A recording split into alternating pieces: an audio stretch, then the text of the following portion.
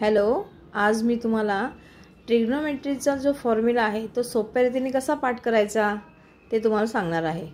ऐका, त्याचं एक गाणं आहे, फक्त एकच गाणं। साइन थीटाला फक्त तुम्ही गाणं पाठ केलं तर तुम्हाला सगळं आठवेल।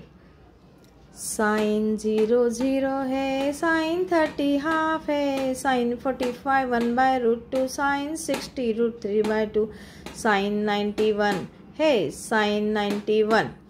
एवढं केलं। आता कॉस थीटाला पण लक्षात ठेवायची काही गरज नाही। आपण साइन थीटाचं गाणं पाठ केलं की लगेच तेच नंबर कसे फिरवायचे बघा। तिकडच 90चा 1 जो असतो साइन थीटामधल्या 90चा 1 तो इकडे कॉस थीटाच्या 0 मध्ये घ्यायचा। साइन 0चा 0 घ्यायचा तो इकडे, √3/2 इकडे, 1/2 इकडे आणि 45चा तर ॲज इट इज जो नंबर आहे त्याप्रमाणेच लिहायचं। आता टॅन थीटामध्ये काय करायचं आहे, इथे तुम्हाला मी गुणाकार करून दाखवलेला आहे बघा।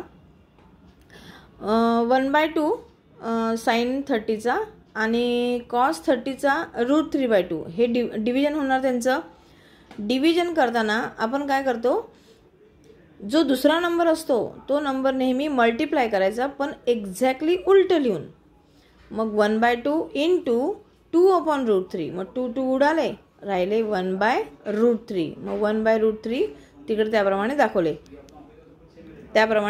ते बघा असं। हां, तसंच सेम दुसरा कुठला 1/2 वरचा √3/2 साइन थीटामधला √3/2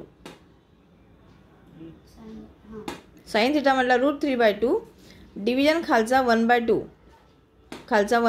ह्यांचं डिव्हिजन करायचं आहे। √3/2 ॲज इट इज इंटू करायचं आणि 1/2 ला 2/1 करायचं। 1/2 ला 2/1 करायचं, 2 उडाले, राहिले √3 त्याप्रमाणे इथे लिहायचं। आणि जे मधले 45चं आहे 1/√2 दोन्ही सेम आहे, ते दोन्ही उडणार आणि 1 ची व्हॅल्यू तुम्हाला। आता सेक थीटा कोसेक थीटा ह्यांचं डिव्हिजन करून आपल्याला कॉट थीटाची व्हॅल्यू मिळते।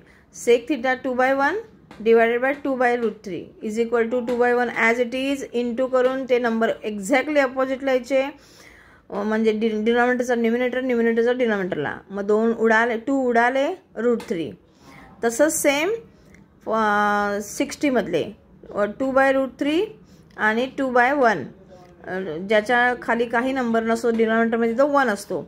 डिव्हिजन केले, मल्टिप्लिकेशनमध्ये एक्झॅक्टली म्हणजे डिनॉमिनेटरचा न्यूमिनेटरचा डिनॉमिनेटरमध्ये नंबर लिहायचा, म्हणजे 1/2 तिकडे 2/1चा 1/2 येणार, 2/1चा 1/2 येणार आणि 2 उडाले, 1/√3 ही मिळाली आपल्याला कॉट 60ची व्हॅल्यू। म्हणजे आपल्याला लर्न करायची काही गरज नाही आहे।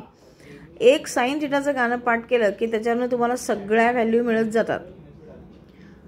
अशा प्रकारे अजून काही मी ट्रिक्स सांगत राहीन। माझा व्हिडिओ पाहत राहा। धन्यवाद। आवडल्यास शेअर करा, सबस्क्राईब करा। Bye bye.